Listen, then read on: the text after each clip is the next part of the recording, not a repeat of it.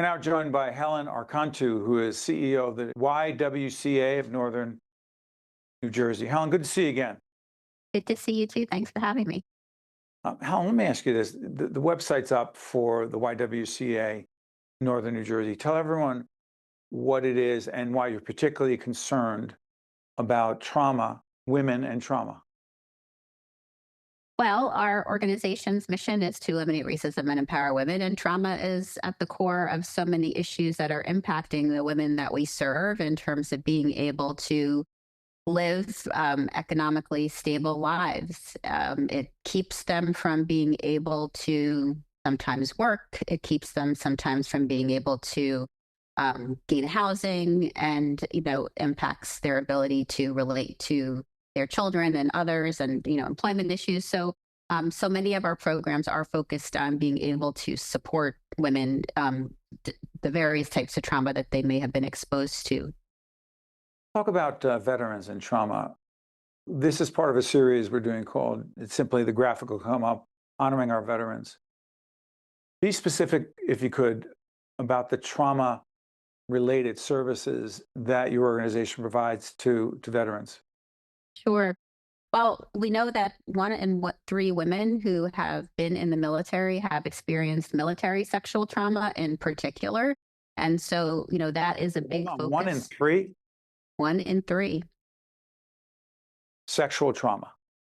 Yes, while they were in the military, while they were serving our country. And so a big part of the work that we do with women in Operation Sisterhood, which is our female veteran program, is supporting them through getting clinical care for that trauma.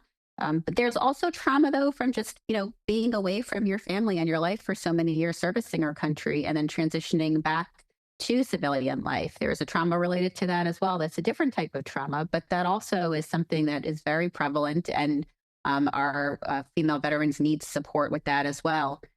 We know that they don't come back to communities that are always open arms to them, as much as that's hard to believe. They don't always find employment so easily. We don't always look at the experience that they received in the military as, from a job description perspective, that they don't have a specific degree, but they've done years of work, in the military. A lot of employers aren't looking at that and kind of giving them credit, and then, giving them a chance. So there's a lot of work to be done in terms of educating our community, but at the same time supporting our women veterans.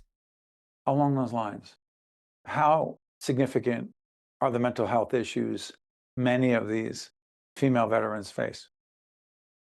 There's very high rates of depression and very high rates of suicide, unfortunately, with this population. And so it's so important that we have good mental health care for them. So, and by the way, let's make sure we have the website up again for anyone in your Northern New Jersey is a funny term because north, south, central. Yes. Define it, please. Yes, for us, it's 5 counties that we serve: Bergen, Essex, Hudson, Morris, and Passaic. Okay, that's a fair number of people. You're in that area, you want to find out more about the YWCA Northern New Jersey, check out the site.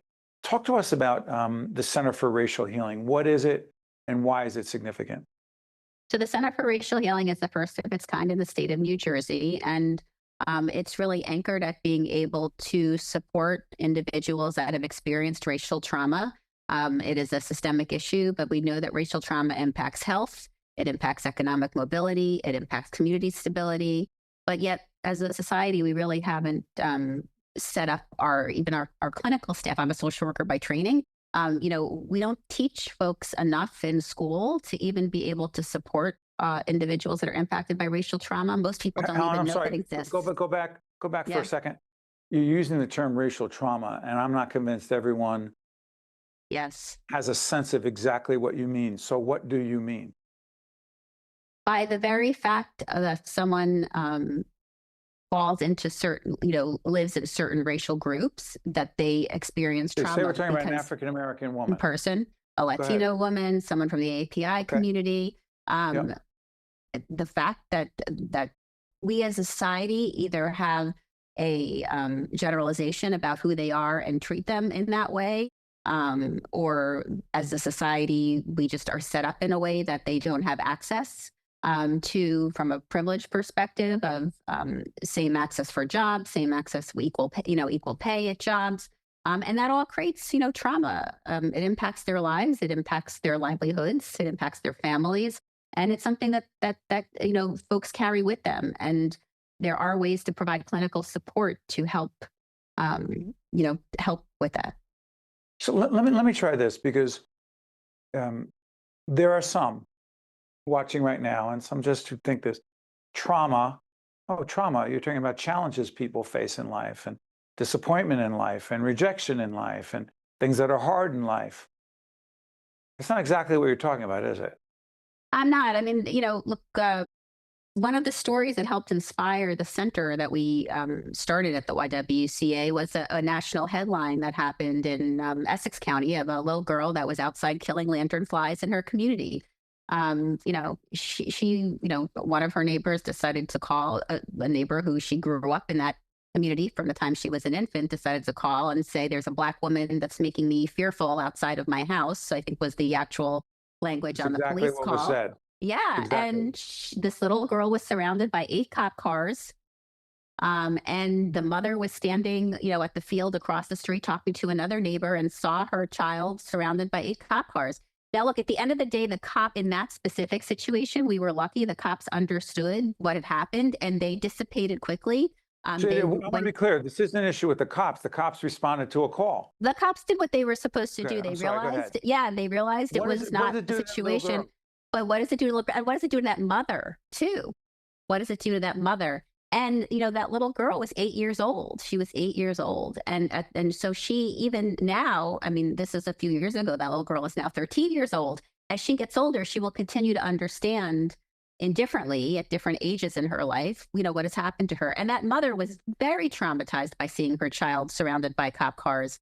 She feared the worst, was fortunate not to have that happen, but had to live with that fear. And how do you then relate to your child and let your child live in the world knowing that that kind of thing could happen? So that family needed mental health services. They needed specialized mental health services. That child needed mental health services. That mother needed mental health services, but they weren't able to access it because there were not specialized clinicians to support them.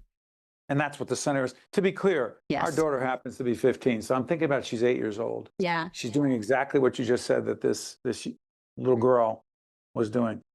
Nobody's calling the cops, are they?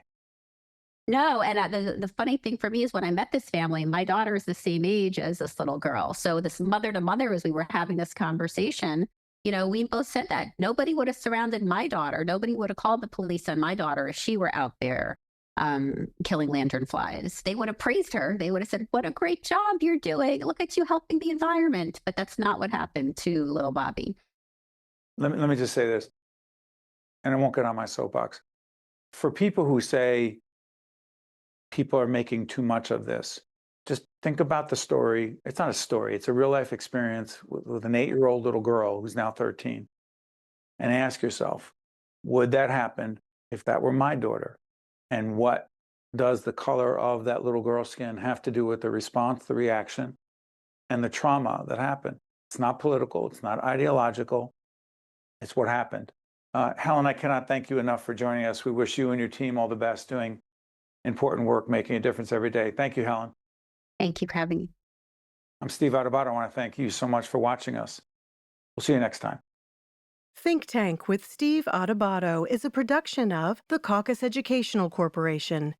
Funding has been provided by EJI Excellence in Medicine Awards, a New Jersey Health Foundation program. New Brunswick Development Corporation. The New Jersey Economic Development Authority. New Jersey Sharing Network. Horizon Blue Cross Blue Shield of New Jersey. PSEG Foundation.